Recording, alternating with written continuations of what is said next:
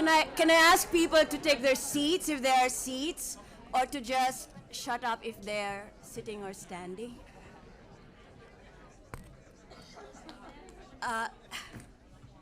Good evening, everyone. Thank you for shutting up.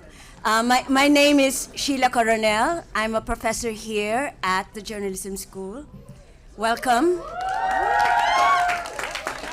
my students. On behalf of the Columbia Journalism School and the Dart Center for Journalism and Trauma, I'd like to say that we are really proud and honored to be co-hosting the launch of a remarkable book about a war that took place on the streets of Manila, the capital of my home country, the Philippines, during the presidency of Rodrigo Duterte. The casualty numbers are contested. Police say 6,000, but human rights groups believe as many as 20 or 30,000 of my fellow Filipinos were killed in that war. How can you kill so many? There were no drones, no rockets, no artillery fire, no bombs or IEDs in that war. Only cops and hooded gunmen armed with .38 caliber pistols. They killed every day for years. The victims were mostly men who lived in poor communities and were suspected of using or dealing drugs. When he campaigned for the presidency in 2016, Duterte promised to kill and was voted on that promise. These were killings done in our name, in the name of Filipinos like myself. Patricia Evangelista, whose book we are launching today, has done justice to this carnage. She was out on the streets every day, following the trail of corpses, speaking with the wives and mothers left behind, the children who witnessed their fathers being butchered. We are truly happy she can join us here tonight, along with Rappler founder Maria Ressa. Pat and Maria and other Rappler reporters were at the front lines, covering this war as it played out on the streets and online in social media. The Columbia Journalism School and the Dart Center for Journalism and Trauma are delighted to be hosting this event with PEN America, an organization that is committed to the defense of free and open discussion in the US and around the world. Before we start, I'd like to read a warning. For the next hour or so, you will hear graphic language and description related to gun violence, torture, physical and mental trauma, state intolerance, child abuse, suicide, profanity, and intimations of sexual harassment and rape. We are grateful for your presence, but if you believe you will find any of this distressing, we would advise you now to step out of the room without judgment. And now, may I present our co-host, the acclaimed novelist and playwright, the president of PEN America, Ayad Akhtar.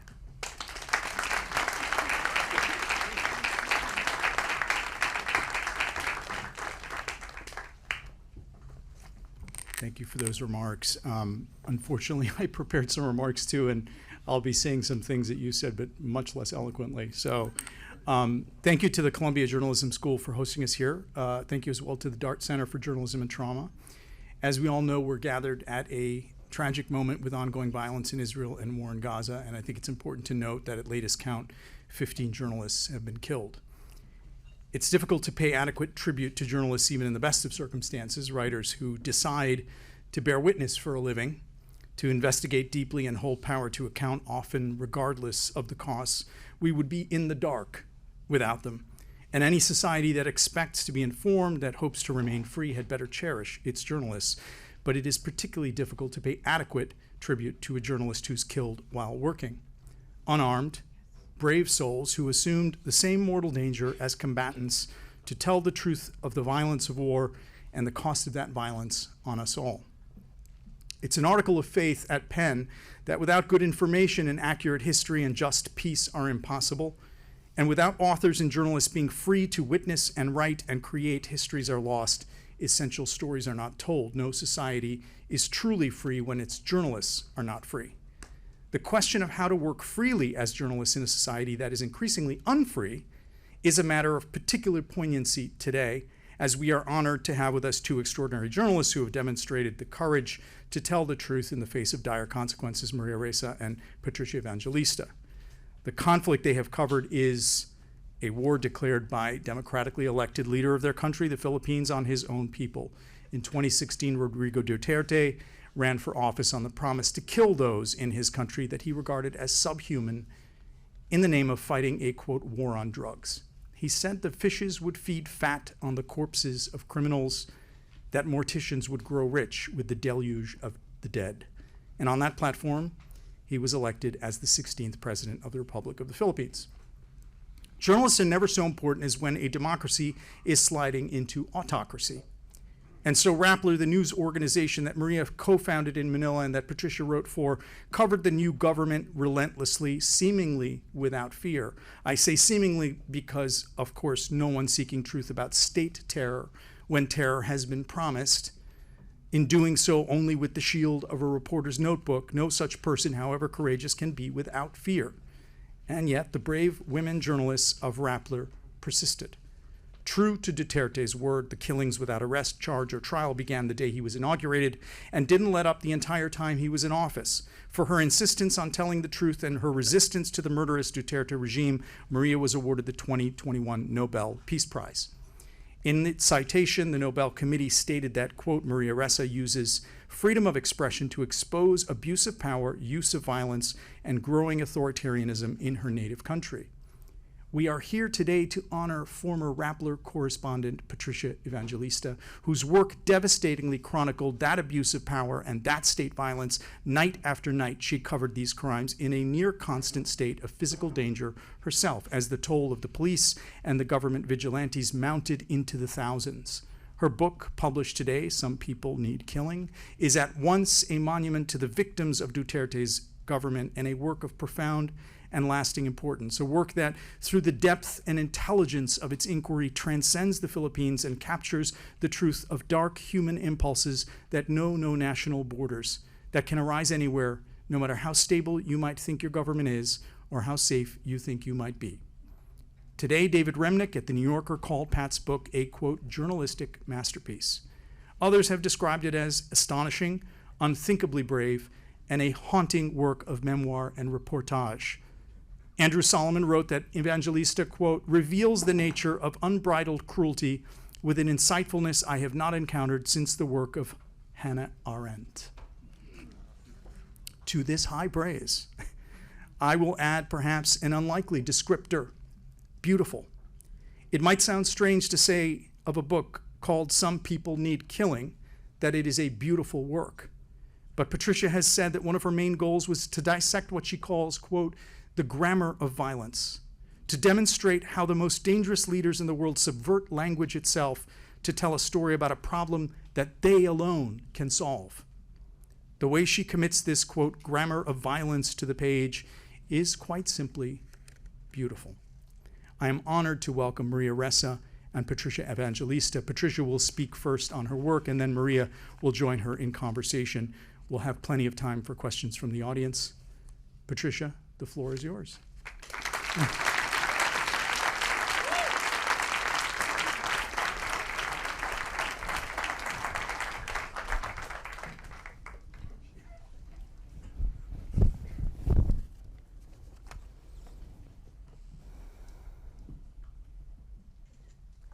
Rodrigo Duterte told a story. He took every fear and every uncertainty fueled by decades of failed expectations and gave the enemy a name. He called it the scourge of illegal drugs. He didn't believe in rehabilitation, not even restitution. He believed in retribution. He said that drugs were at fault for the shambles the Philippines was in. He said addicts were paranoid, heartless, and mindless, willing to butcher their fathers and rape their sisters, and so bestial and bizarre that they would fuck a goat if a goat would all they could find to fuck. He said, if your neighbor's child is an addict, kill them yourselves. It will be a kindness to their parents. The numbers were legion, he said. 3 million, 4 million, 5. And on the morning that 32 men were killed by the police in a single province within a 24-hour period, the President of the Republic sauntered up the stage and said, what a beautiful thing. More should die. And if you don't believe him, he said, he'll give you the drugs himself. Feed it to your children. Watch them become monsters. In the story Rodrigo Duterte told, Duterte had your back, and he said the struggle ended here, today. Fuck the bleeding hearts, to hell with the bureaucracy, there is no forgiveness, there are no second chances, a line would be drawn, and Duterte would stand on the other side with a loaded gun. Here was a man who said what he meant and meant what he said, would give you a warning, then count 1, 2, 3. Now, in the hands of any other man, even any other president, the story would have stayed a story. But this was Rodrigo Duterte, the Punisher from the South, under whose watch reportedly hundreds were slaughtered by death squads he organized himself. He could promise death because he had done it himself. He said he had found a rapist in his city. I killed the son of a bitch, he said. I killed him without pity. Why should I feel pity? Pity is not one of my virtues. He didn't just tell a story. He was the story. He embodied it. Here was a man who could do things, who was an outlaw, who was different, but carried the same rage as everyone else. I'm one of you, he said. I'm just an ordinary killer. Duterte made himself every man, so every man could be Rodrigo Duterte. How do you put a story on trial? Once upon a time, there was a little girl named Ladylove. She was 11 years old, small for her age, all skinny brown legs and big dark eyes. Everyone called her Love Love, nobody called her Lady, and only her father called her Love, just Love. Love Love lived on the second floor of a shanty with her mother and her father and her many little siblings. Then one night, late in the night, 2 men wearing masks burst through the door. One of them stood over Love Love's father and said, positive. Positive, he meant. Positively identified as one on a list of illegal drugs. So Love Love's father tried to sit up, but he couldn't because there was a baby asleep on his chest. So he fell back down again. Then he turned his head and he said, love. It was the last word he said before the bullet cracked through his right temple. The baby wailed, Love Love's mother wept, but it was Love Love who thrust herself between the gunman and her mother. It was Love Love who stood with the barrel of a gun inches from her forehead, and it was Love Love, all skinny brown legs and big dark eyes, who swore at the gunman and demanded he shoot her instead. Kill me, she said, not my ma. The gunmen left, but they weren't gone for long. When they came back, one of them stood in front of Love Love's mother, raised a gun, and said, Duterte kami. We are Duterte. He emptied the magazine, and Love Love's mother died on her knees. We are Duterte, said the man with a gun. I suspect it would be appropriate now to introduce myself. My name is Pat. I was born in 1985, 5 months before a street revolution brought democracy back to the Philippines. My surname, Evangelista, which is common in my country, means bringer of good news. It is an irony I'm informed of often. I'm a trauma reporter. My job is to go to places where people die. I charge my cameras, pack my bags, interview the survivors, investigate the causes, file my stories, then go home to wait for the next catastrophe. I don't wait very long. I can tell you about those places. They're the coastal villages after typhoons, where babies were zipped into backpacks when the body bags ran out. They were the hillsides in the south, where 58 people, including 32 journalists, were massacred and buried in a layer cake of cars and corpses. They were the safe houses in the city, where young girls talked softly of being stripped naked as white men watched from the other side of the world.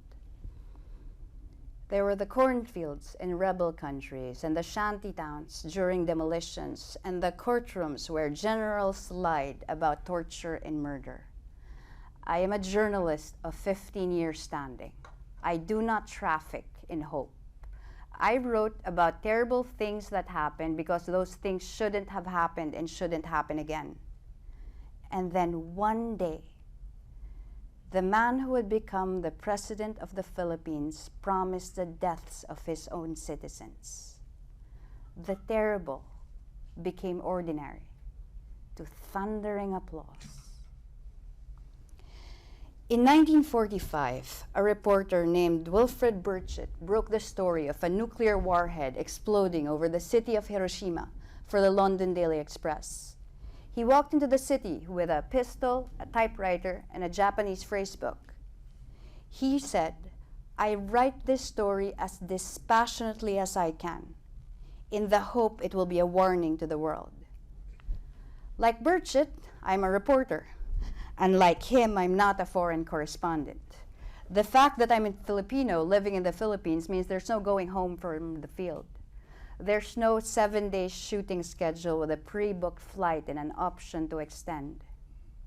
That I'm Filipino also means I understand guilt. In the particular way only a Catholic race in colonized Philippines understands guilt. I know why a father kneels, washing away his son's blood while muttering apologies to the linoleum. I know that he feels himself responsible for the 4 bullets that burst through his 30-year-old son's body, forehead, chest, and skinny shoulders, in a manner he sees as a sign of the cross, in the name of the Father, and of the Son, and of the Holy Spirit. I know all this because I'm my father's daughter. And while my survival is a privilege, I know my own father prays too. There were corpses every night at the height of the killings. 7, 19, 26. The brutality reduced to a paragraph, sometimes only a sentence each. The language failed as the body count rose. There are no synonyms for blood or bleed. The blood doesn't gush by the time I walk into a crime scene. It doesn't burble or spurt. It sits in pools under doorways. Or in the case of the dead man we found in front of a 7-Eleven, streams out of the mouth in rivulets. Now, I was part of a group we call the Night Shift. Journalists, reporters, photographers from all over the Metro Manila, covering crime scene after crime scene. It was an honor to work with them, but there were many crime scenes. To survive, you had to come up with your own methodology. And I did. I asked the same questions every night. Was it a drive-by? Was it a buy-bust? Was it a body dump? Was it a salvaging? Was the killer a cop or a vigilante? Was there a gun on the ground? Were the hands bound? Was the head wrapped in tape? Was the body stuffed into a bag? Was there a sign beside the body? I went through it every night, like a checklist. Verify the street corner, find the investigating officer, sidle up to to the bystanders. Find out if they know the dead man's name. But here's what I learned. A new thing for the drug war. I learned to stand still and listen for the screaming, because that's when I knew where the families were. So I would walk up to them quietly, apologize, condole, keep my voice low, keep my question simple. What is your name? What was his name? Where was he born? When did you see him last? How did you know he was gone? Take me to that moment, I would say. Tell me what happened, and tell me what happened next. The methodology mattered if you're a journalist, because it grounded you to the crime scene. And I would test this out every time right before I got into the car. I would run it in my head. If I could close my eyes and see the room or the highway or the alley in 360 degrees, if I knew that the blood on the asphalt had the consistency of tomato ketchup, if I know that the cop had wiped his hands off the blood on his shirt, if I knew that the sheet of paper folded in fours and stuffed into the back pocket of the dead man that called him an addict was typed in Times New Roman all caps size 12, if I knew that the killer walked away instead of ran, if I understood the color of the shoe, the tenor of the scream, the fact that the dead man was wearing red and white bikini briefs when they stripped him on the street, that's when I knew I did my job. I could go home because I was taking the story home with me. I cannot write about what I cannot see, and I cannot make people feel what I cannot imagine. But sometimes, occasionally, there are things that are unimaginable. In 2020, just before the holidays, there was a video that went viral. It was of a mother and her son being shot by a cop. Now, that was a rare thing. Those of us who cover the dead are witnesses to the aftermath, never to the beginnings. So I watched the video. I played it again and again. I clicked through the images. It was like watching a movie based on a book that you had already read. The sequence was correct, but there were elements missing. It was only when I tried to write about what I saw that I understood what I was looking for. I was listening for the thunder. It seemed to me that something as final as a fatal gunshot wound would require more pomp and fanfare. There should have been an explosion, a mushroom cloud, something, somewhere to signal the turn of a life to a death. Instead, it was quick. 4 gunshots under the space of 5 seconds, just tap and bang, quick and innocuous. The smack of a hanger against a nailhead has very little practical difference from a bullet cracking through a man's temple at close range. I discovered then that I had spent a decade watching death in slow motion. I packed in moments, movement by movement, the turn of the head, the raising of the arm, the jerk of that finger to the trigger. I packed in detail with every death. I traced the trajectory of a bullet based on autopsy reports. I listed down what someone had seen and felt and heard into walls of text, reconstructing the last moments of a man's life. The truth was simpler. It takes longer to type a sentence than it does to kill a man. Now, you might wonder why I tell the story this way, why I have strayed past the death tolls and the body count and the reportage to tell you what I saw and felt and heard. If you think that's strange, that's okay. I think that's strange. Journalists are told they are never the story.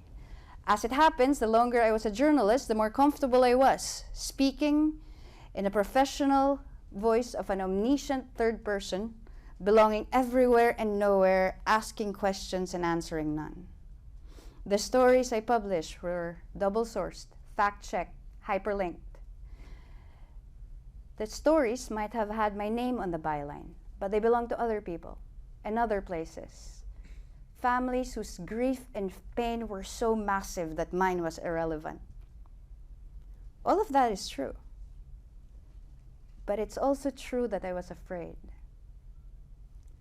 My inability to hold myself to account was not only due to some misguided sense of objectiveness. It was a failure of nerve.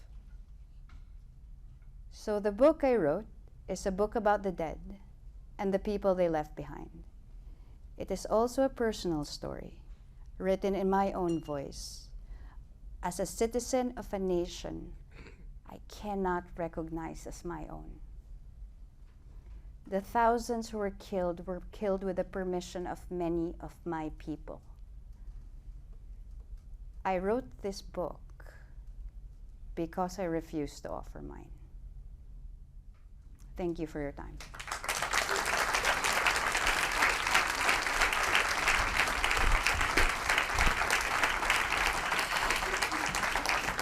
The motherfucking cigarette. Oh, fuck, the mic's on.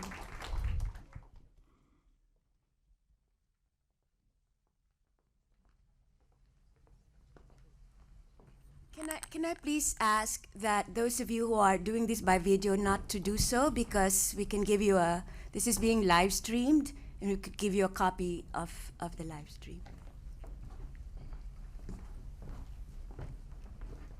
Oh. Fantastic.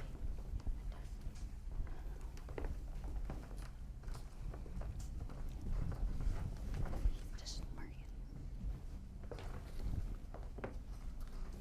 And it. Can I ask Maria Ressa, Nobel Prize laureate, to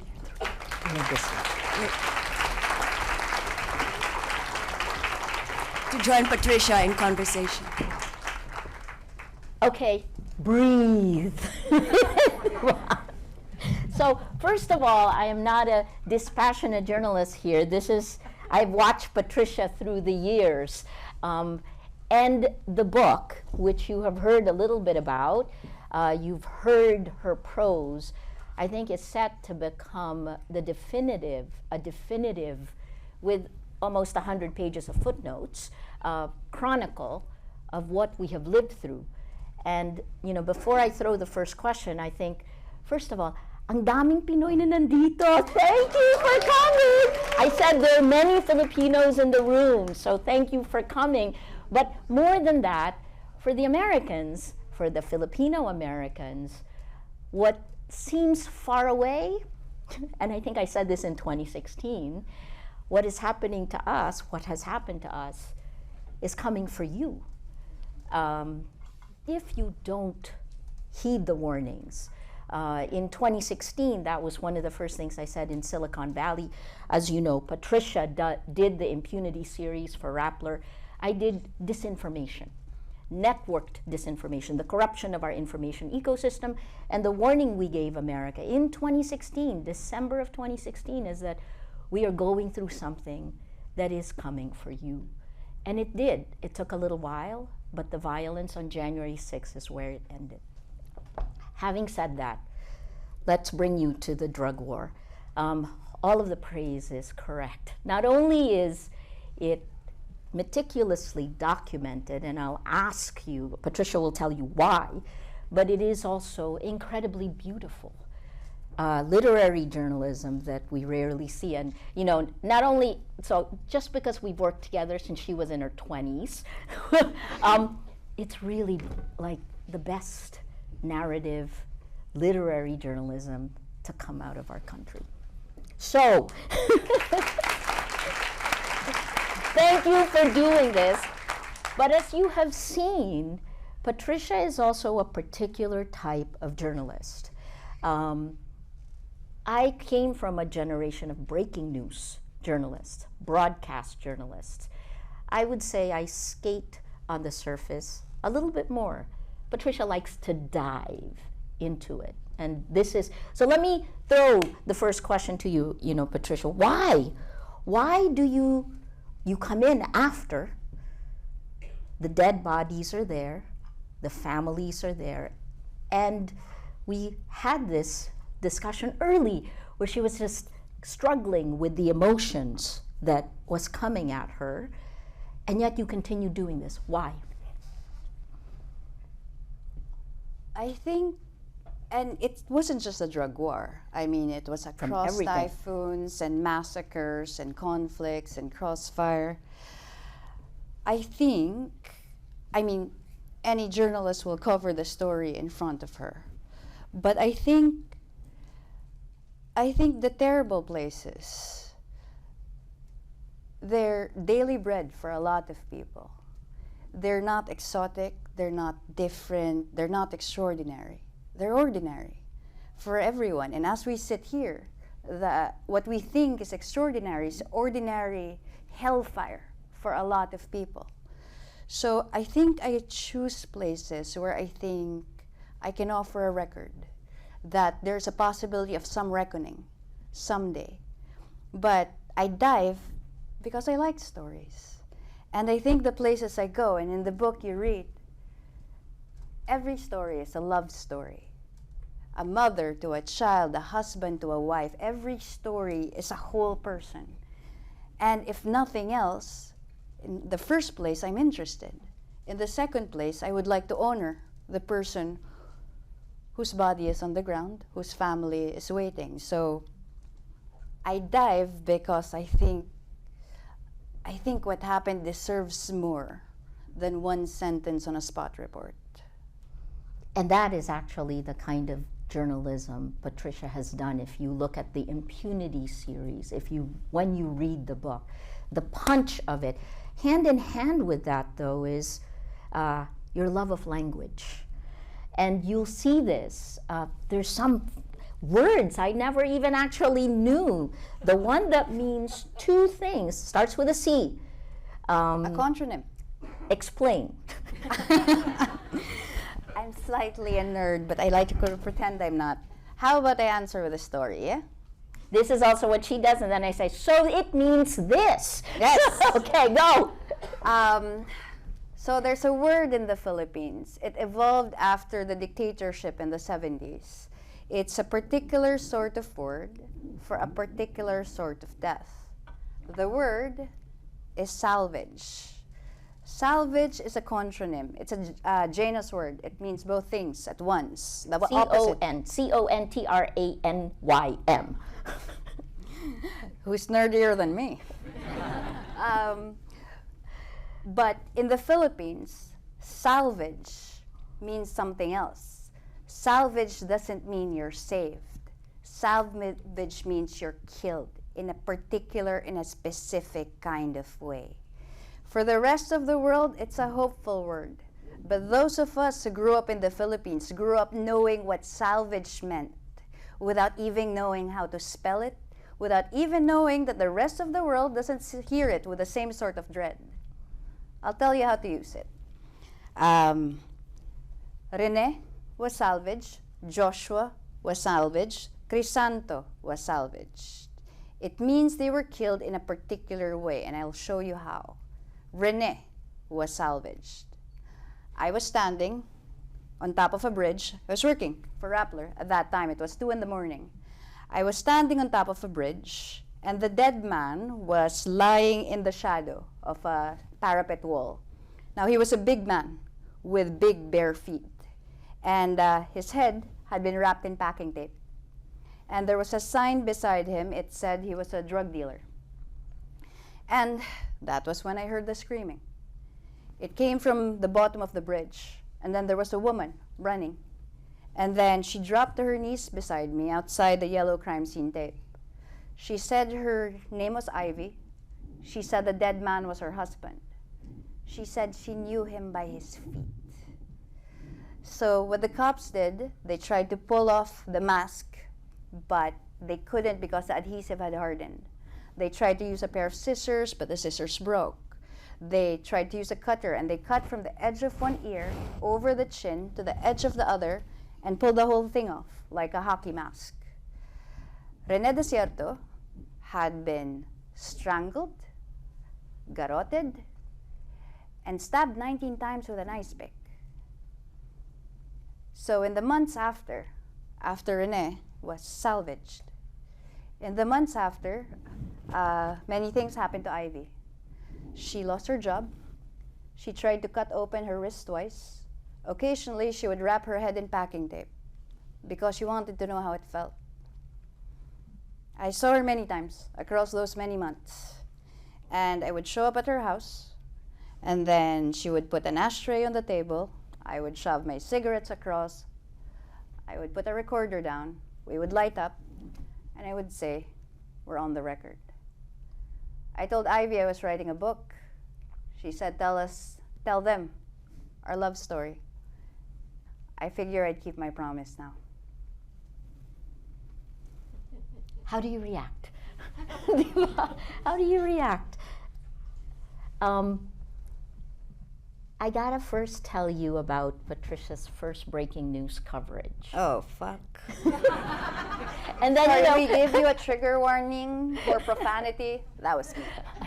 and when she does this, I say, Patricia. Maria. This is how she reacts. Patricia focuses on the details that she pulls the meaning from, and then somehow writes it in a way that you then have the freedom to find your meaning, like that one, right? It's Glenda Gloria, who is probably watching this in the Philippines. So the two of us, Glenda is more like her mom, right? The person that holds Patricia's hand, because as you can see, she dives into the emotions. I'm the person who says, Patricia, it's been 6 months, where's your story?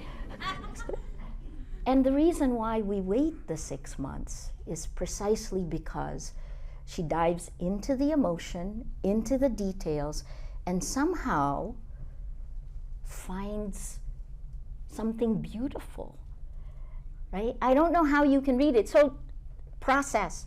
Why, again, it's a different way of asking the same question, which is, you'd throw your life upside down to do this, to go into that. What you encapsulate in short, crisp sentences actually take you. The other thing she does is she smokes furiously, but then you crack that, and all of a sudden there's this, tell us, why do you do it? How do you do it?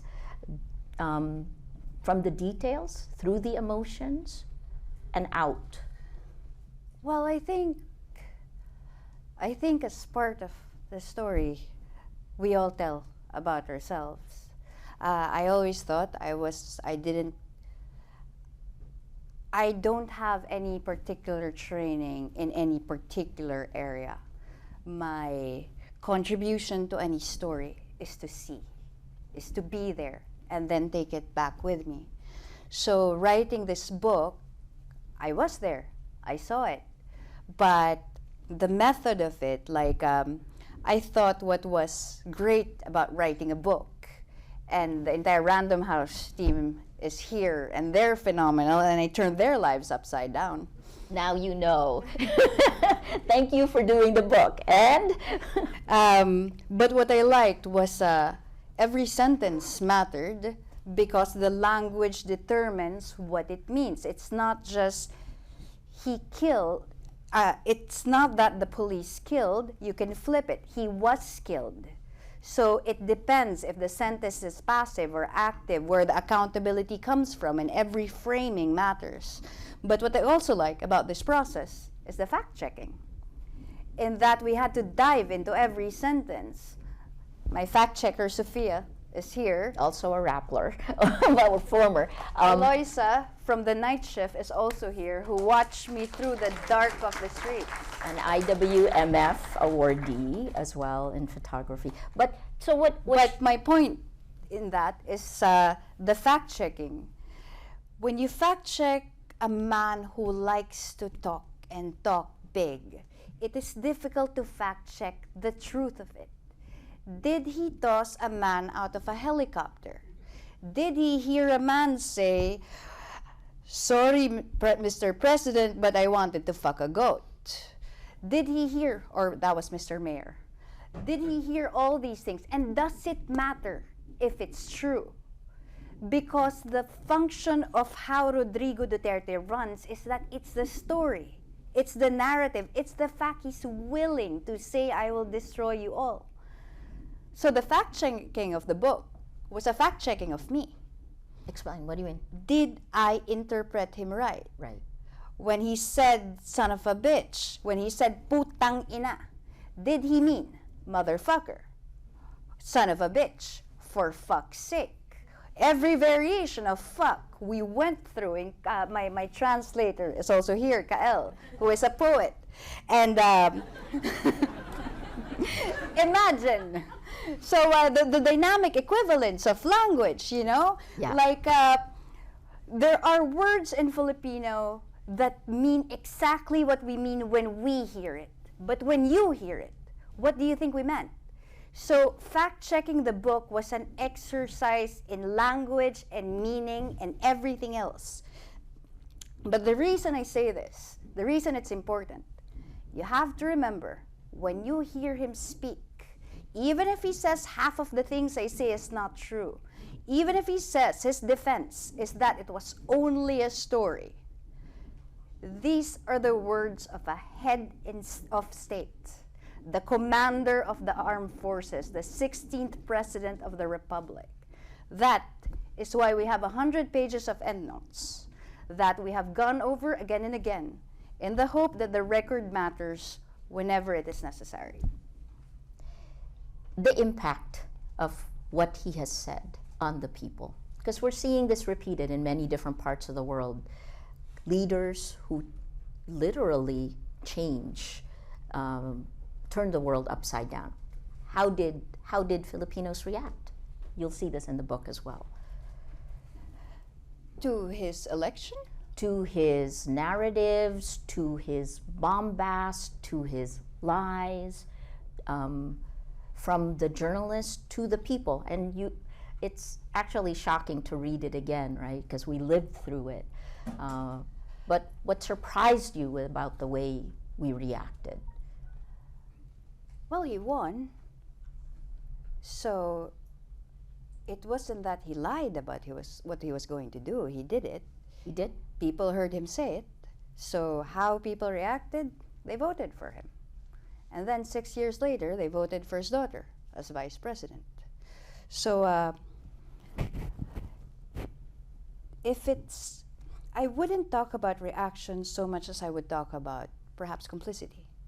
So they laughed. They laughed at rape jokes. We laughed. Or we had this debate in the newsroom. Did people laugh because they were uncomfortable? Or did they laugh because they were with him, right? Give an example. The missionary. Right. I think in the run-up to the presidency, the president said something like, he was talking about, being a tough guy. And somewhere in Davao, there was a hostage situation. Davao City is where he came from. There was a hostage situation where a missionary, a female missionary who was Australian, had been raped and killed. So he was talking about the story. He said he was standing over the body of the dead missionary, and he said, "What a beautiful woman. The mayor should have been first."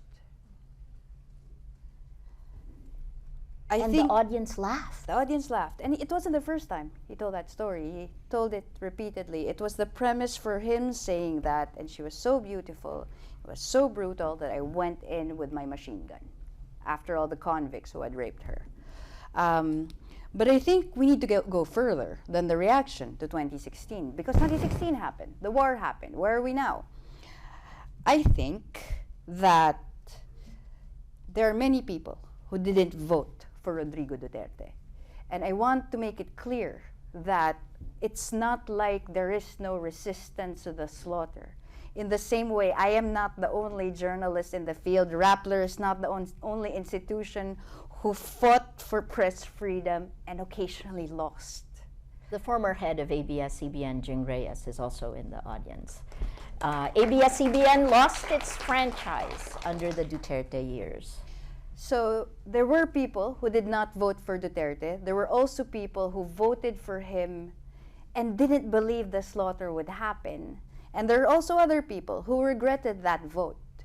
But none of it is enough if you have a stake in how the nation is going to operate in the future. Whether or not we voted him or not, it was under our watch.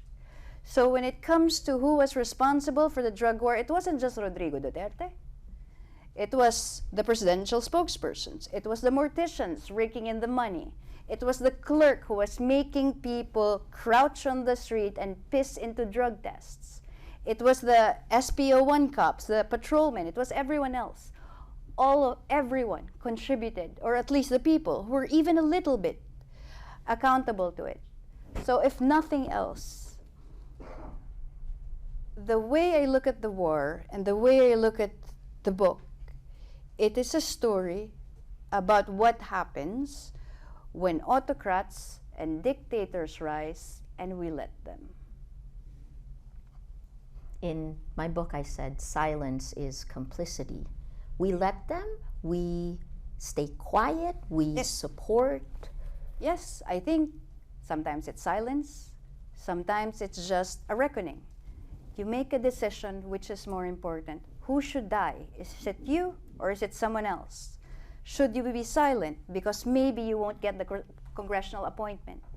Maybe if you post the name of a dead boy on your Facebook page, maybe you'll get red tagged. Everything under that administration came with a risk. And in as much as I do not blame people for the choices they made, I had to make my own reckoning. And I have to live with that. And it's part of the reason we love Patricia. But the other part is, I think, to transpose it again here, a book by Adam Schiff, Midnight in Washington. You can take, this was the impeachment, right? When he was talking about it, you can take the names of the American lawmakers, replace them with the names of Filipino lawmakers. Take the name Trump, replace it with Duterte, and it's about the same, right? It is with complicity. Where'd the title come from? Would you like another story?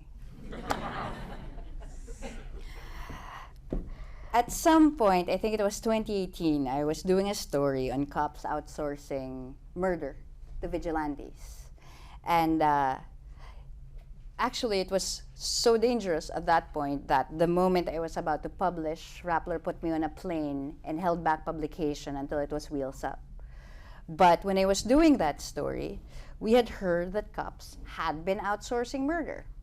And so I was finding my vigilantes one by one. I was building contacts until there was a day that I could sit in a hotel room, light a cigarette across a vigilante and say, "Why do you do what you do?"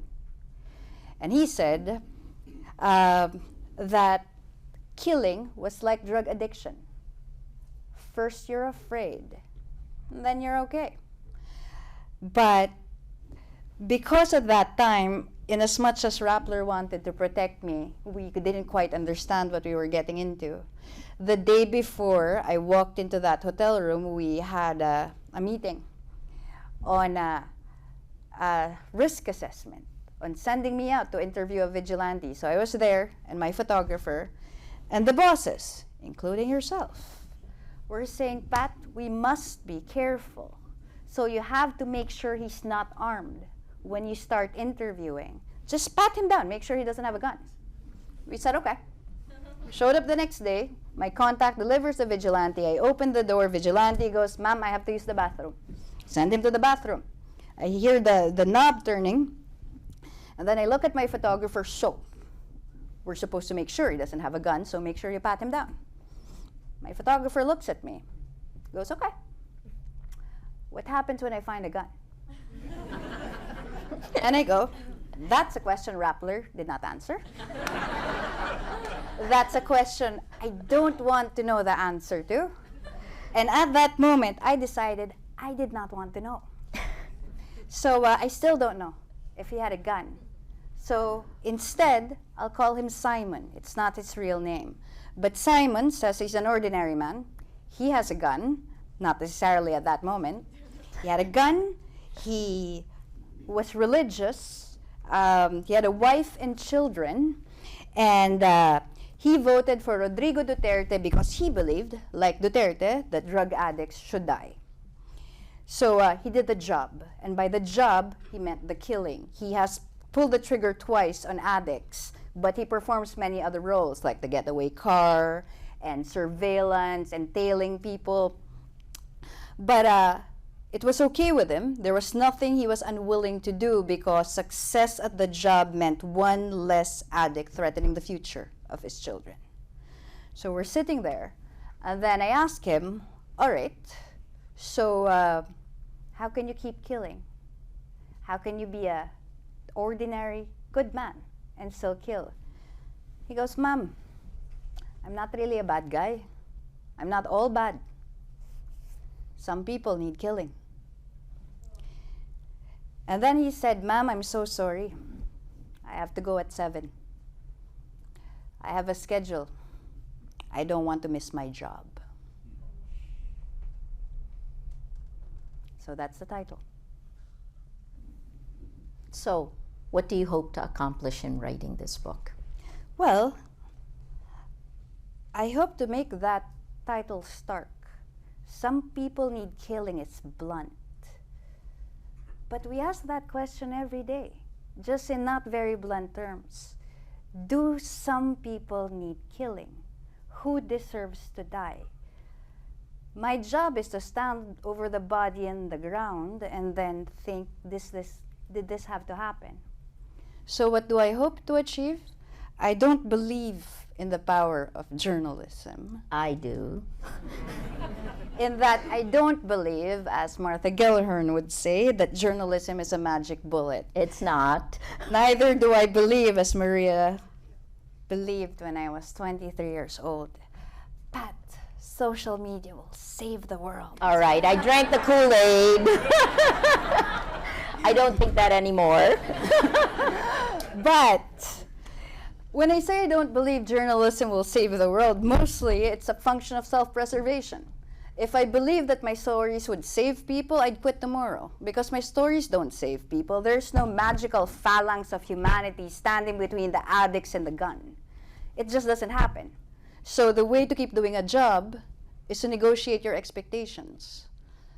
My expectation is to keep a record. A good one, I hope. A compelling one, I hope. I hope to honor the people who trusted me with their stories, who took the risks that are far beyond the risks I ever took. And I hope to make people think that when we hear many words and many stories from many places, we stop a little bit and think about what it means and the power that it has and the lives it can take. And to ask whether some people do need killing. Let me transpose on top of what Patricia said, which is that her writing is so powerful that you know these people. You care about these people. What's the role of journalism? It moves us to act. I hope that's the reason we keep doing this. Sheila should speak, right? But you can ask questions. I'm going to just throw one last question, which is, again, because your mom, Glenda, she calls, so Rappler has 4 co-founders. We're called the Manangs, or older sister. And literally, we good cop, bad cop Patricia. Her good cop, her real mom is really Glenda Gloria. And I'm kind of the bad cop sometimes. So I'm going to ask the question I always ask. Why did it take so long to write the book? Why'd you miss your deadline? I missed my deadline for 4 years. She did. I signed a 1-year contract with Random House, and it's been 5 years, and Random House was phenomenal, except in the last few months, in that it was very hard to get in new commas, in new places. Why did it take so long? The serious answer? The people deserve that. In that, whether or not it is good writing, they deserve more thought than the thought it took to pull a trigger. So I want to do justice to the stories. I don't know if I did, but I wanted to try.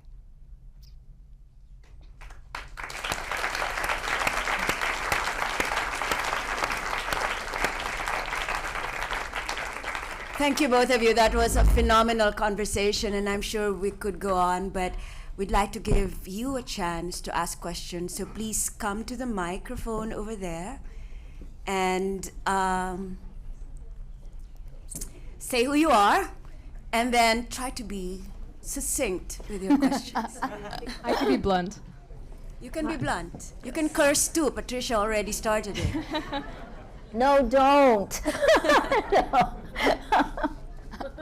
I'll be classy. Hi, Patricia. Hello. It's such an honor to meet you both. Thank you so much for your work. It's really honored. It's beautiful to meet you like this. My name is Jordan Resnick. I'm a writer from Long Island. And my question for you is, since you're doing such emotional, traumatic work, and I feel you have a deep understanding and deep humanity, how do you bridge the gap between feeling the emotions of the trauma and the pain and writing it, and also preserving your sense of self in the process?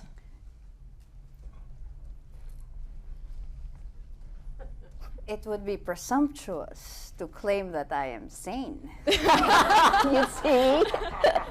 I can attest to that. Yes. And Random House. No, it is very hard in that I offer the performance of functionality, but I think the first step is to concede. I was afraid every day. I am still afraid every day. And the way I function is that I look at something and I look at it 10 steps forward and everything else that can happen in the aftermath. That's good for a journalist. That's terrible for a human being because you can't function that way. You can't keep looping left, right, and center.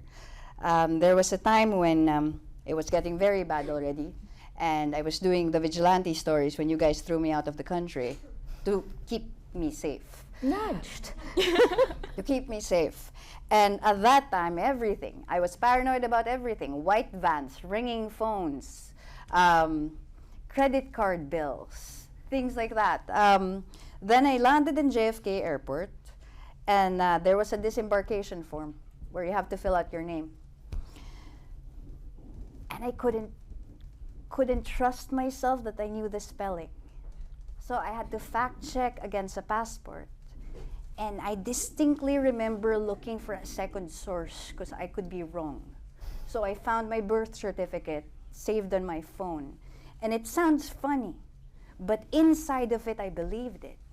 And everything in my life became a function of double sourcing and fact checking. And oh my God, if I misplace the comma, will someone die? Will it make the sentence mean differently? So I know the question is how I kept myself together. I'm mostly proving I'm not. But the best answer, and Dart will tell you that, is to have a tribe. People who understand what you do, who will stand over the same body on the ground, who will light your cigarette for you and eat with you after, and then go home, and then the next day go do it again. And a good boyfriend. Did we not discuss this, Marie? We did. Thank you very much. Next, please. Hi. You talked a lot about writing with emotion and especially love, and I think that's really special because Filipinos are like a really loving and emotional group of people, and I was wondering how you report on that in your book and how, like, as a Filipino journalist, you're able to like tap into these emotions and apply them.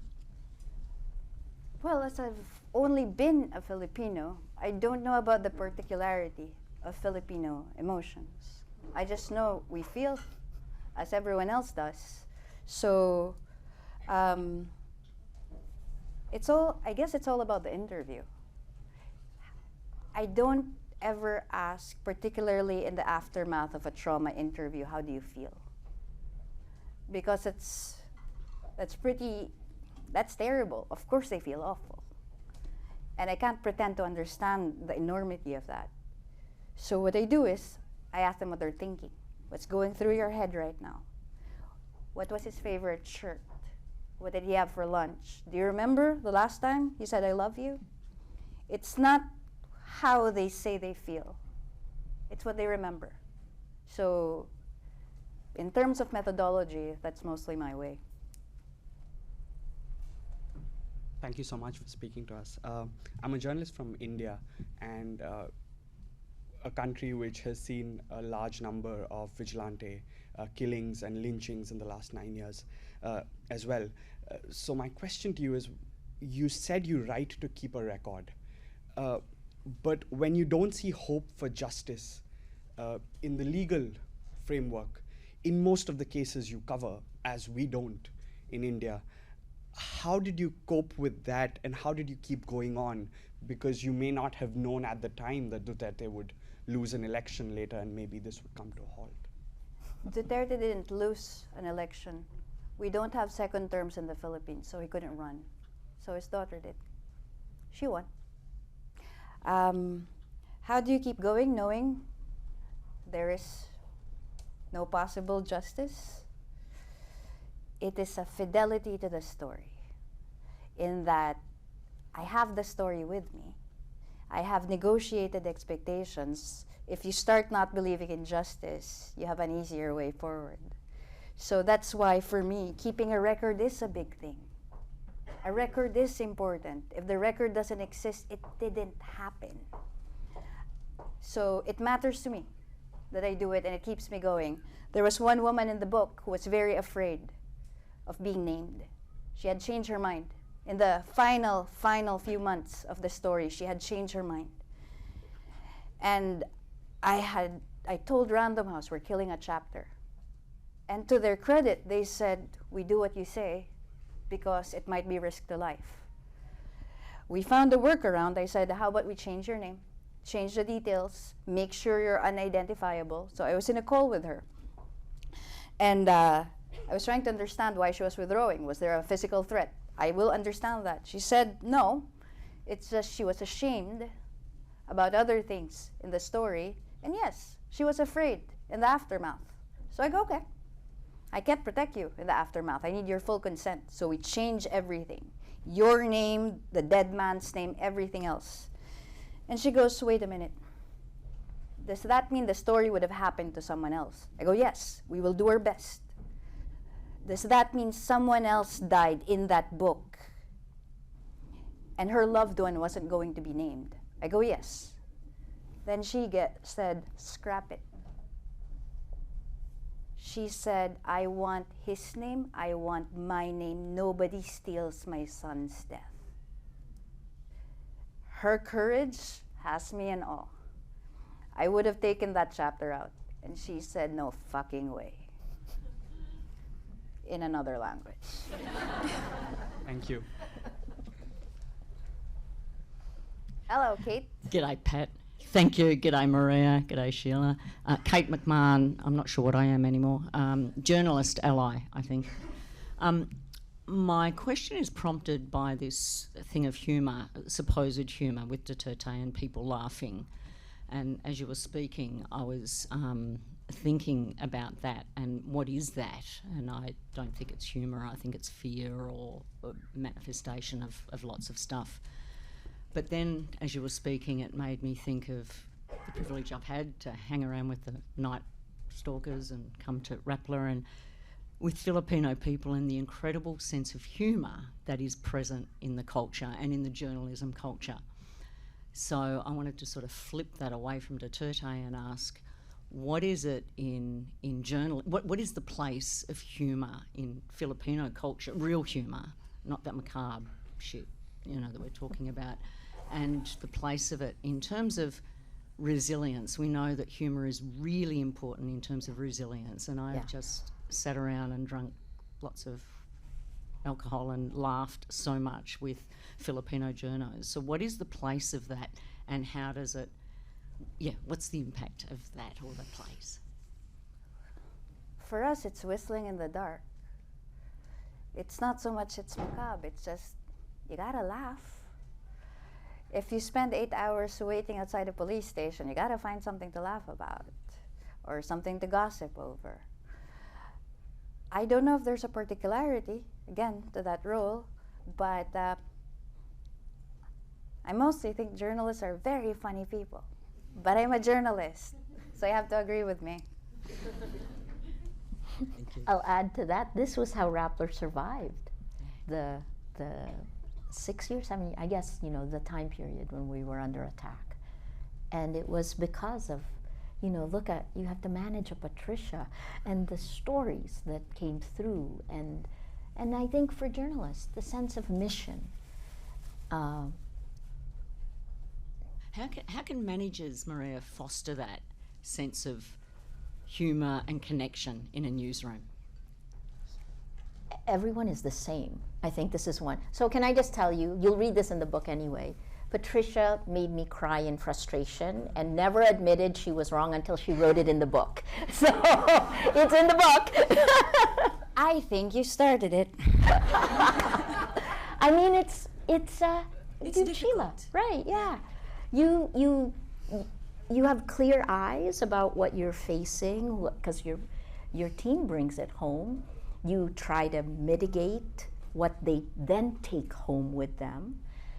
Patricia feels things very deeply, and different people have different ways of coping, and we try to make room for that. But more than anything, you have to talk about it, even if it's hard to talk about it. We had folks who were being attacked online, and then they were being attacked. No one asked about security. Those are other things, right? Like, how do you send a Patricia out in the field to be safe? Maria, I want you to answer this question, because you absorbed a lot of the heat that was really directed at the staff of Rappler. You were the prime target #1. How did you survive? We're older, and I knew that was my job. Her job is to go and get these stories, but your job is to absorb the... My job is to keep the sky from falling on us so that we can keep doing what we do. And it was quite inspiring to see our journalists come together. And it isn't just Rappler. It's hard. There's a phrase in the book, the Philippine press is free as much as they dare to be. So it's really, in that sense, right? I felt like I was attacked when I was already in my 50s. We knew why we do what we do. So we used that experience to know we were on solid ground. All of the attacks online were on data, we could track it. We knew it was information operations, so that was easier. The legal cases, not so easy, but they're different. They're different. We had different things to deal with. Yeah. And we would sit and drink together. I think I want to add to that. I mean, in as much as sometimes the relationship between myself and my editors were fraught. Penguin Random House, you would know. Oh, I have a beautiful relationship with Mark. But in as much as my relationship with Rappler was fraught because I was always pushing back because I didn't want to submit a story or other things, I just wanted to say that the value of working for a house like that, a small independent house, is that they absorbed the shock so we could do our job on the field. I didn't get attacked. I stayed alive. I had no boss saying, do not do this story. Because when I filed a 10,000-word story, the first comment in the story was, fuck you, Maria Ressa. Not my name. Even if it's my name on the byline. She was our lightning rod. And for that and many other things, I'm grateful for those years. And I got a hug. She did great. So you guys got to read her book. Yes, please. Thank you so much for very inspirational conversations. I'm Koji Yamamoto. I'm teaching history in Tokyo right now. I just wanted to ask about the writing style and the narrative style that you have. Could you tell us a bit more about the broader kind of range of inspirations or models that you think may have shaped the presentation style that you have, which I found extremely inspirational and arresting? You mean the sort of books that Yes, the writing style, perhaps. Sure. I felt really guilty actually for leaning on a grand tradition of so many writers and war correspondents. That's why if you look at the notes in the back, the acknowledgements, I list them down. Yeah. Just because I want to offer credit where it's due. But Timothy O'Brien, Philip Gorevich, Martha Gellhorn, Kapuscinski, actually. So there's quite a lot of writers I lean on, but I think my tendency is people who write by the ear, in that I write for the ear. I have to hear it.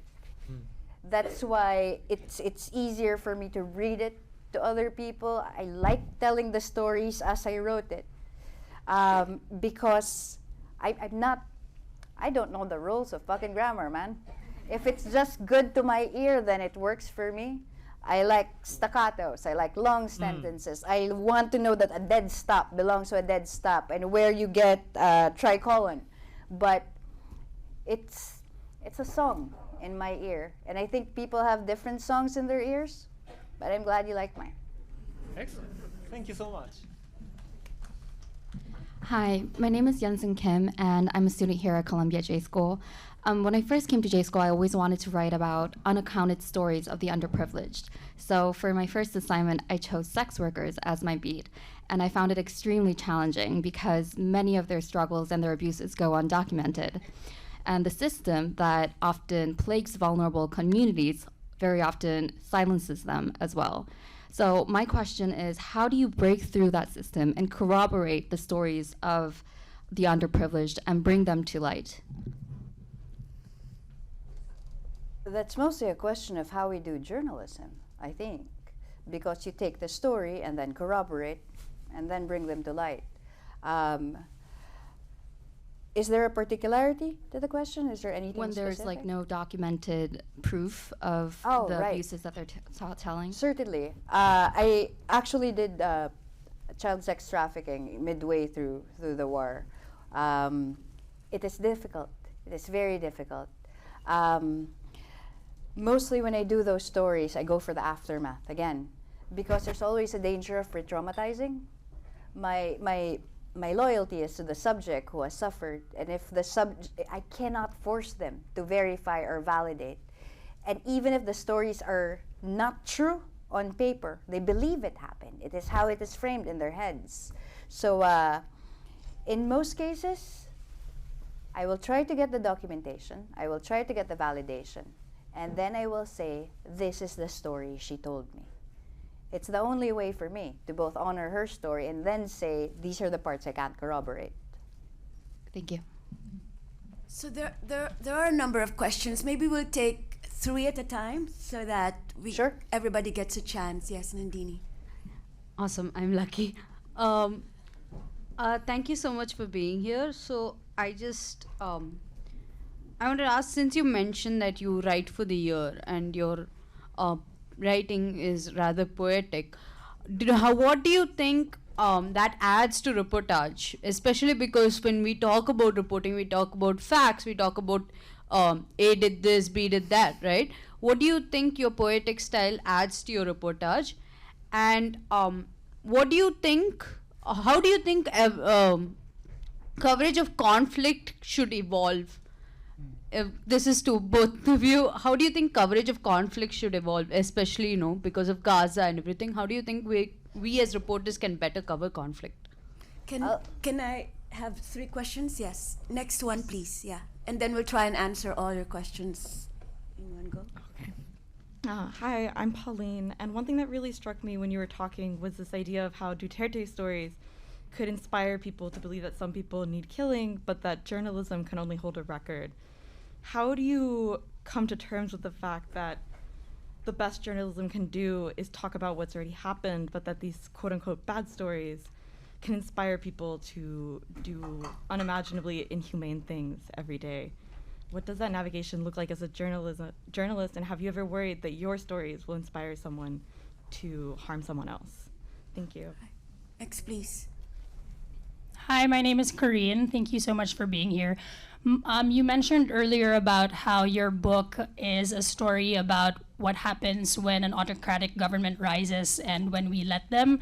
So I was wondering if you can talk a little bit about, given the stories of the victims and the killers, vis-a-vis the popularity of Rodrigo Duterte in the Philippines, what does this say about the Filipino people, the Filipino nation, and where we're headed as a nation? Thank you. Pat, do you remember all three? Go ahead. Fuck. How do you write about conflict? Is there a new way of Okay, writing? I'll take him in reverse.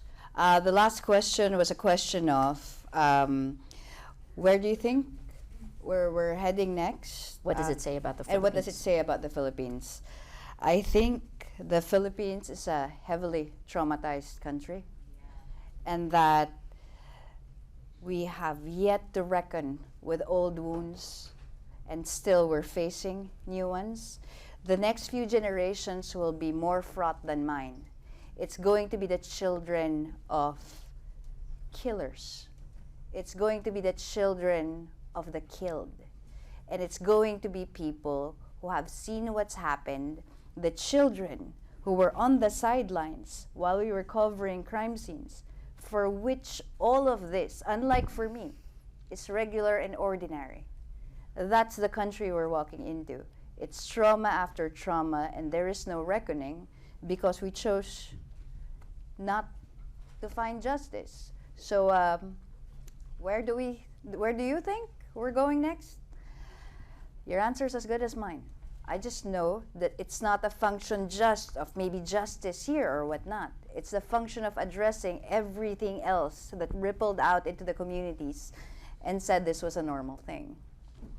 To the question before, to the first question on how my poetic gymnastics may have affected my reportage, I am the last person to speak of my writing as poetry. It is not. I just like writing a certain way, and there's a language that sounds good in my ear. I don't think you need to reconcile straight reportage with more literary writing.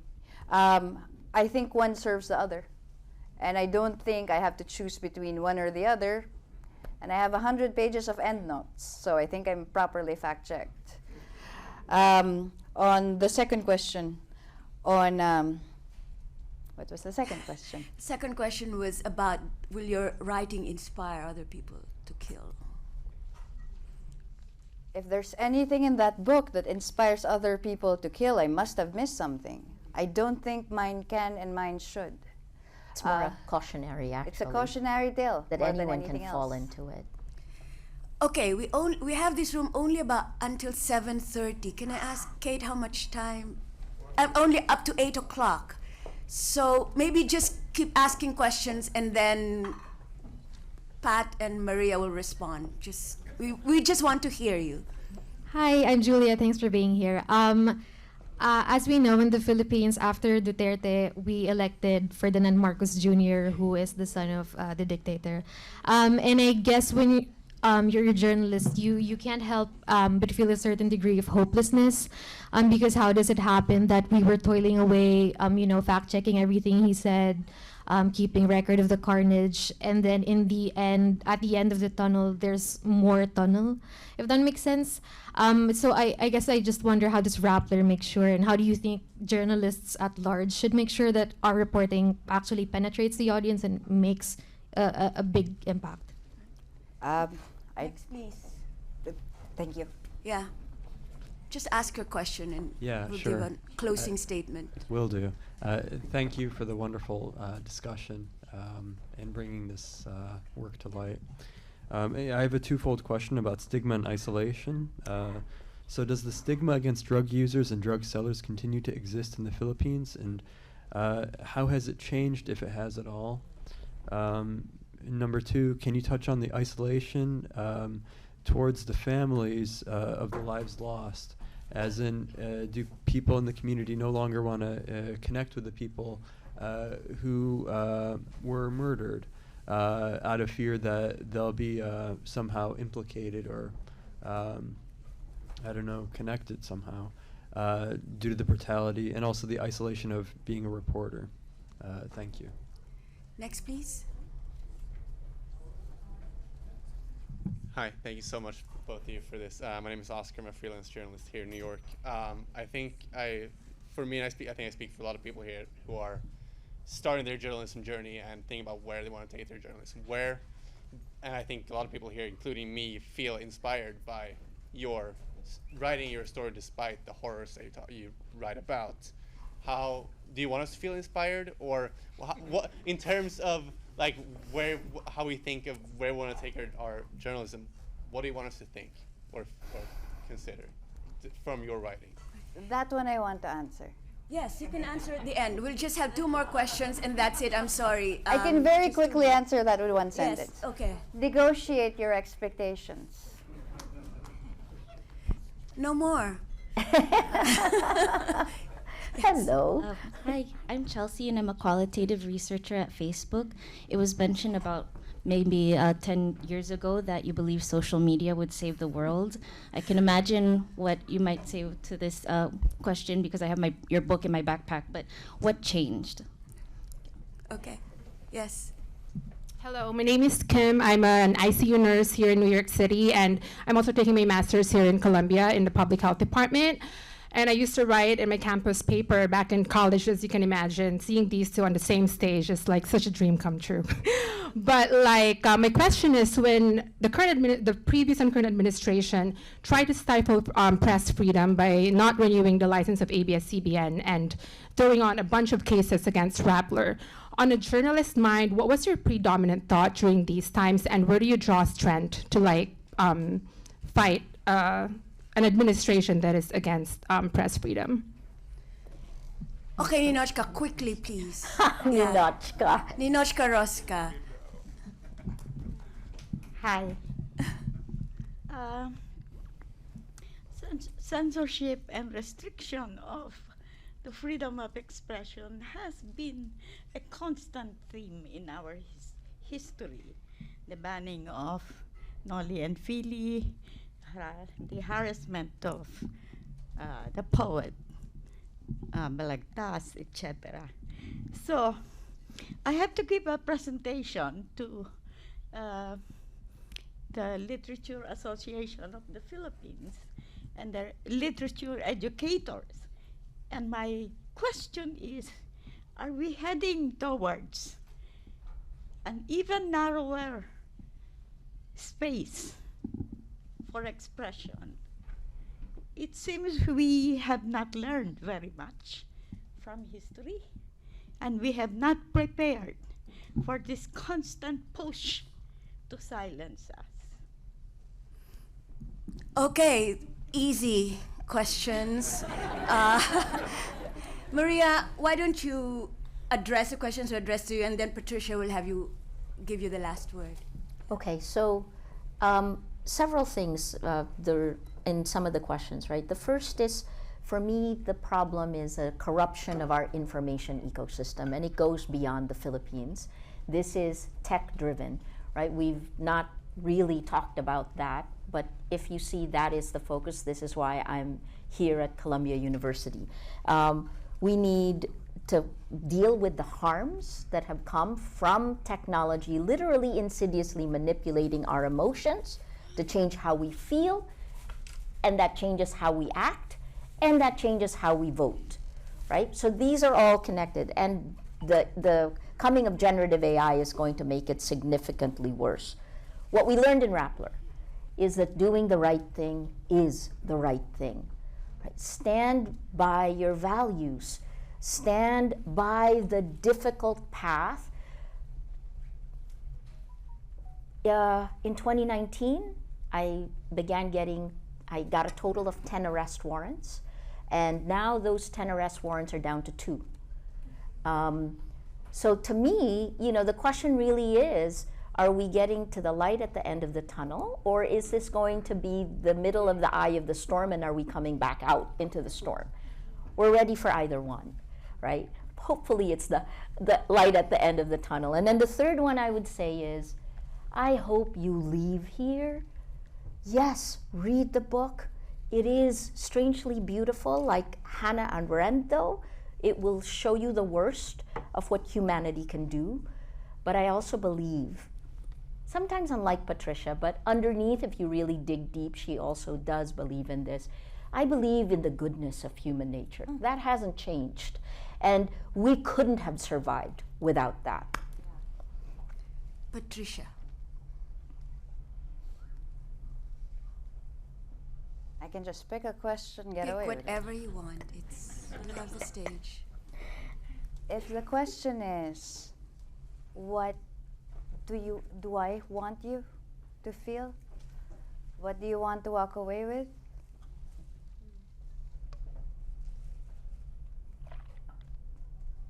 In as much as I do not believe that grand things will happen when you tell a story if you're one person, I also believe that you have to tell it just because you can and you should. It's a personal thing. If I wasn't a journalist, I likely would do the same thing because I want to say no. And sometimes you get lucky and you get a publishing house behind you who lets you say no in a big way. But sometimes you don't. Sometimes it's a Facebook post, sometimes it's a tweet. Your refusal matters, if only to your own record. That is our duty as citizens, to keep your record clean.